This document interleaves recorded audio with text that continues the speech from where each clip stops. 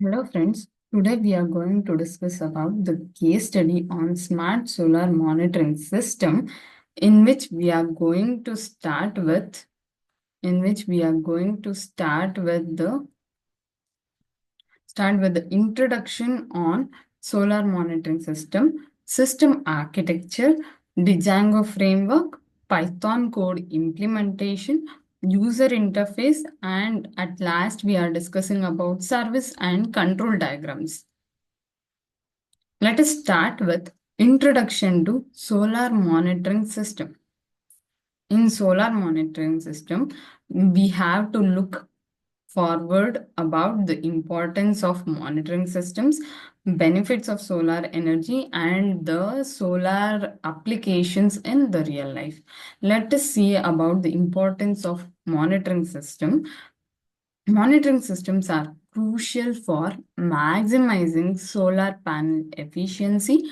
They help in quickly identifying issues, optimizing energy production, and ensuring system longevity, though regular performance checks.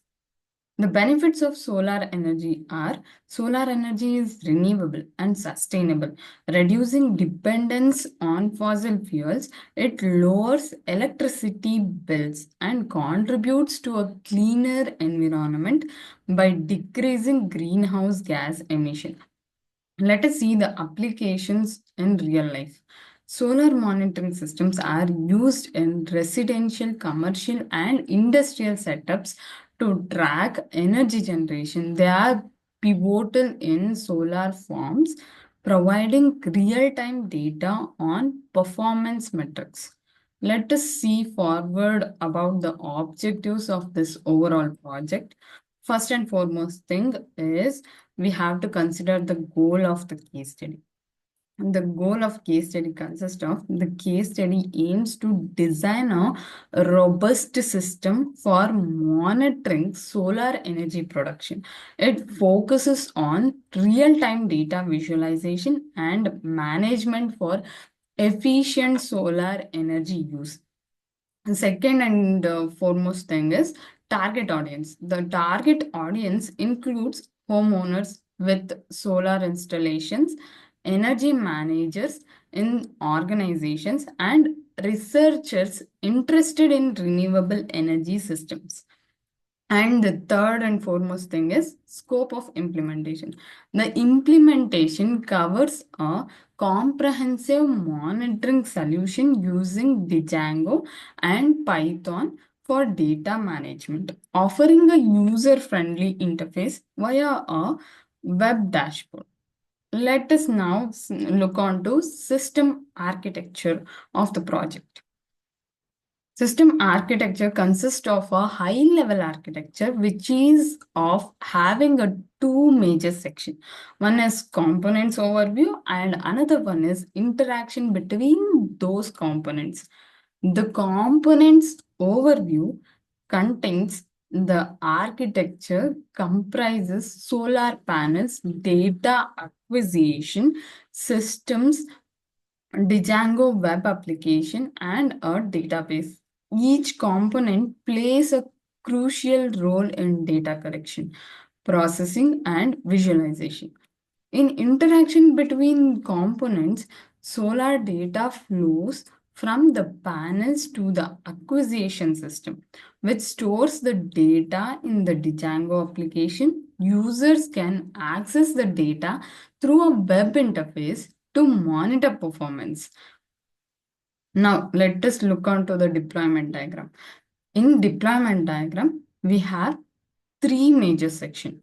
One is server setup section and data configuration system and the client side interaction section. In server setup section, the server setup consists of a Django application hosted on a web server with associated configurations for handling incoming requests and serving the web interface. That means if any one person interacts with the server, which requests the data that are the latest records which are recorded in this in the solar measurement readings that should be set up using a server using a Django framework in a server side. Next, in database configuration section, a relational database, that means PostgreSQL or SQLite or MySQL or Oracle SQL, is configured to store Solar data securely and efficiently, ensuring easy retrieval and management of large data sets. This means in a configuration of database, we have to use a relational database, which is of in a tabular format, so that we can easily access it and we can easily store it, and efficiently we can manage the memory space. Next, in the client side interaction section, the client side is an HTML based dashboard that interacts with Django views to fetch and display real-time data on solar energy production. The client side interaction means it is the front end side. That means user end side, where the user going to interact with an UI to request the data which is present in the server.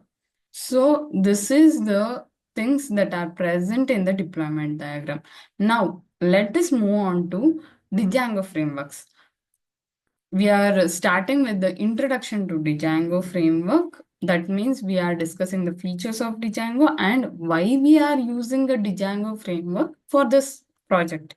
In features of Django is a high-level Python web framework known for its rapid development capabilities, built-in security features, and scalability, making it perfect for smart solar monitoring system, because the Django is a very good framework that enables the backend work very easily, so that the developer will not have much tension or much pressurized to work on the backend. So it is very easy to use Django, and it has a inbuilt functions, more and more functions it has, and for by using that functions we can easily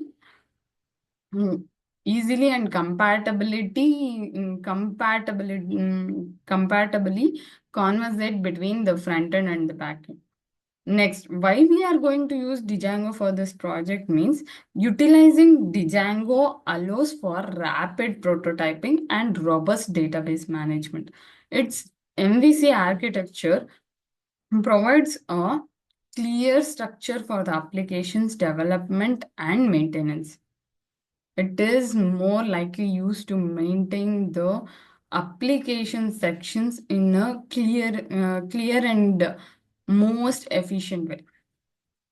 Next, let us look on to the key components of the project. There are three major key components. One is models implementation, another one is views and templates, another one is URL configuration. In models implementation, the project employs Django's model to define the structure of solar entries, facilitating easy interaction with the database through ORM, in which specific objects are described, and the structure of the whole project has been implemented using these models.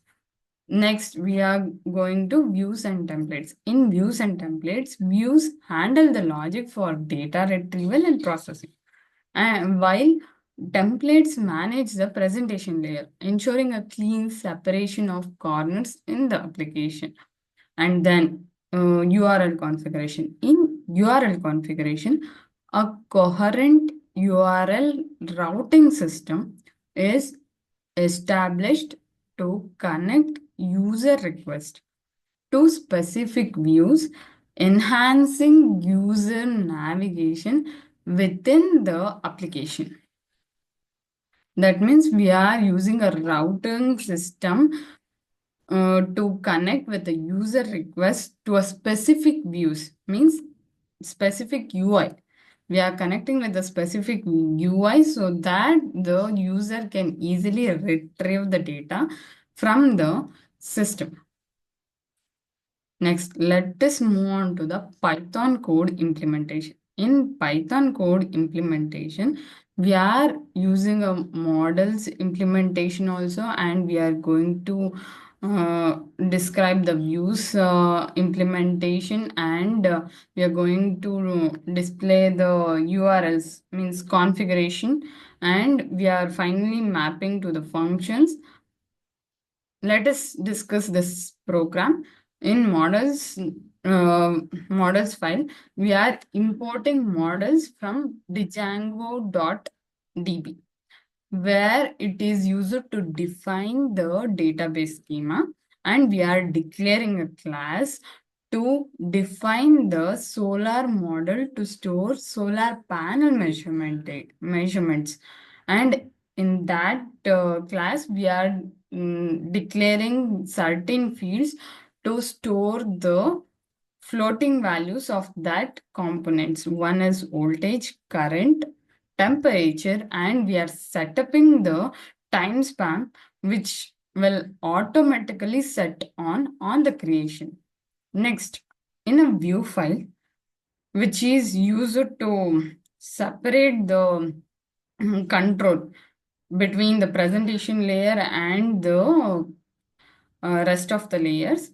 In From Django.shortcuts, we are importing render to return the HTML responses, and from Django.http, we are going to import JSON response to return the JSON responses, and then we are going to import solar data from dot models to from the current apps model. We are importing randoms to generate random data. Next, we are declaring a function which is going to display the dashboard page with the latest 10 entries, in which we are going to use a order by function to get the latest 10 records, and an array formatted, and we are going to return that latest 10 records, and we are going to display that data. And then we have written a function for to generate random solar panel data and save it to the database. In this function, we have described the fields that are previously described in solar data. We are retrieving the voltages between 10 and 20, and we are retrieving the current between 1 and 5, and we are retrieving the temperature between 20 to 45, and then we are going to display it. And we have described another function for API endpoint to return the latest solar panel data in JSON format. In this function, we have used first function to get the most recent record, and then we have returned the different variables that are previously allocated, in which it includes voltage, current, temperature, include time span in the response. Next, we are going to explain about configuration, URL configuration. That means from Django URLs, we are importing path to to define the URL patterns. And from dot views, we are going to import about a dashboard and API solar data from the current app. Next, we are declaring a variable to describe the to describe the mapping URLs to the corresponding view functions. In this, we are going to have two different root URL. One is URLs. One is root URL and another one is current URL. Next, we have a front-end HTML front-end program, that is HTML program, in which we are going to display the solar monitoring dashboard fields in a tabular format and its data also. Then we are going to run the server. In this running server, Python manage file, make migration. This one will create migration files for database changes. Python manage file migrate. This allows the database to migrations, and Python manage file run server will start the development server. Next, let us move on to the models definition. In models definitions, we have three different sections. One is models.py breakdown, another one is fields, another one is data storage considerations. In models.py breakdown, the models.py script establishes the solar data model, defining essential properties like voltage, current, temperature, and time span for effective data management. As I said before, this one is describing that it is defining the solar data model, which have certain properties like voltage, current, and temperature. Next, let us move on to fields. Each field in the model corresponds to critical measurements of solar performance, allowing for detailed tracking of system efficiency and operating conditions. This one is explaining about the variables that we have described in the solar data. That one will store the values, measurements of the solar panel performance in that certain fields in a floating point values. Data storage considerations. In this, data storage is optimized to handle frequent updates while ensuring data integrity, allowing for historical data analysis and accurate performance reporting. This one is used to optimize the storage so that there will be no such memory loss, or there will be no less performancing of the system. So we are going to optimizing the memory spaces here. And now let us look on to the views and the APIs. That means views and APIs means API is a application protocol, application programming interfaces, where we are discussing between the front end and the back end. Views means which is an user interface design. In this, there are three major sections. One is implementing the dashboard, API endpoints for solar data generation logic. In implementing the dashboard view retrieves the latest solar data entries and renders them in a user-friendly manner, displaying the most recent data for user analysis. This means dashboard is very much implemented so that the user can retrieve the most recently added data for the analysis, so that it has a updation over the time, so that there will be no lack of data for the analysis. Next, look on to API endpoints for solar data. In this, API endpoints are designed for asynchronous data retrieval, allowing clients to access solar metrics programmatically, facilitating integrations with other systems. This one will help the solar metrics to integrate with other system, and it will facilitates the metrics, means performances metrics, to the user, so that there will be more adaptive nature that will be contained in the endpoints. Then we are moving to data generation logic. In data generation logic, the generate data function stimulates real-time data entry into the database, aiding in testing the application by generating random values for voltage, current, and temperature. In this, we are going to use a generate data function.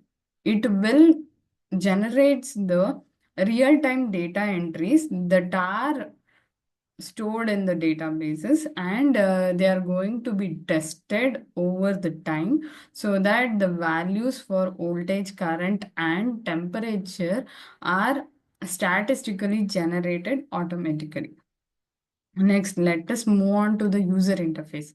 In user interface, we are having a overview of dashboard. In this, we have two major sections. One is HTML structure, another one is dynamic data presentation.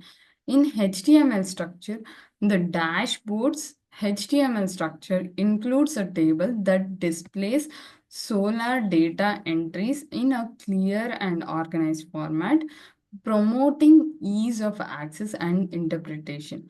This means the HTML includes the tables and that is going to display it to the users, which makes the users to access their certain and a specific row or a column data so that they can be efficiently use the data and they can progress it. And in a dynamic data presentation, utilizing Django templating language enables dynamic rendering of data, ensuring that the latest solar performance metrics are displayed without manual refreshes. In this, the performance metrics are being displayed dynamically. The data which are going to store in the database, that data are collected and that data are dynamically computed, and the overall performance is displayed without any refreshes. Now let us move on to the user experience consideration. In this, we are going to take two different points. One is layout responsiveness, another one is data representation choice. In layout responsiveness, the dashboard layout is designed to be responsive, ensuring accessibility across devices such as desktops and tablets for enhanced user engagement. This means the layout that has been created for the user, which has high responsiveness, high interaction between the users, so that the user will show interest and there will be more engagement of user with the system. And next, the second point is data representation choices. Information is presented in a tabular format for clarity with options for future enhancements like graphs and charts for visual representation. So of solar performance trends. Here we are going to say about that the informations will be presented in a tabular columns so that to fetch or to change the data values will be easy, and there will be a enhancement. That means there will be a plotting of graphs, and the visual representation of the overall performance of the system will be enhanced in the future trends. Let us move on to the service and control diagrams. In this, we are having a in controller service diagram, we have two different sections. One is interaction flow between components, and another one is roles of controls and services. In interaction flow between components, the controller service diagram outlines how user requests are processed through controllers which interact with service to retrieve or manipulate data efficiently. The controller service will be the middle part of the interaction between the database and the data retrieval point. In this, there will be a long process in which the data is served or data that is manipulated will be instructed to the database, or the database which is going to uh, de- deliver the data that will also be recorded in the controller, which has a major controlling capacity on the overall exchanging of data. Next, roles of controls and services.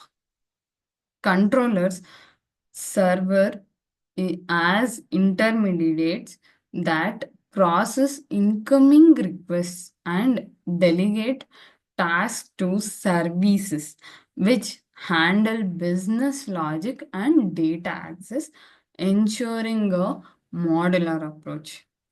In this, the role of controllers and services are service that will going to be run in a multiple amount of times. Controllers will control those services that are given and that are taken from the user also. Here, the controllers will control the data that has to be mapped from the front end to the back end, so that the correct accurate data will be displayed to the user, so that user can utilize it, and there will be a correct mapping between the recently dis- described or explored or retrieved data, so that the controller gets to know that which is the recent data that is mostly retrieved again and again. This will uses the modular approaches, so that there will be structuring of the system. Next, now let us see about service specification diagram. In this, there are three different sections. One is service offered by the system. The system provides services such as data storage, retrieval, and API endpoint management, all of which are crucial for a functional solar monitoring solution. In this, they have providing the services like the data storage, how many uh how many more space is present in the memory so that I can store this data, or how can I retrieval the data from the database, how the API endpoints are managing all these things, and how the controller is serving all these data management system, and how the services are integrating with the user requirement. Now, next section is API specifications. API specifications define the format of requests and responses, including authentication mechanisms and data structures for seamless integration with other applications. In this API specification, it will define the requests and the response that the user has been sent and the database has been served. These are all things are separately formatted, so that the developer will get to know what and all the services that are provided from the database, and what are all the requirements that has to be fulfilled for an user to and API will also be dedicated to integrate with other applications, so that the user can interact with other applications through this API or application. Next, error handling and responsiveness.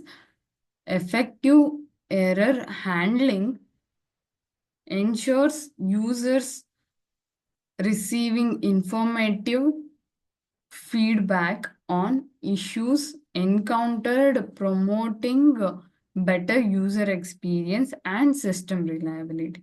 In this, the major error can be happened is user will request some datas recent or the old datas. If the server cannot be able to give the data or transfer the data, that will make an issue that should be handled. And if the entered requirement of the user is wrong, it should have to respond the user that you have entered a wrong data, so give me a correct information to retrieve the data. And another one is security.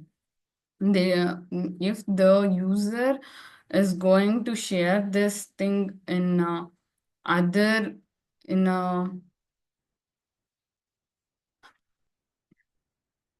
in a in a wrong way, then the data should be have a more authentication and more security, so that there will be no such illegal things can happen through the data.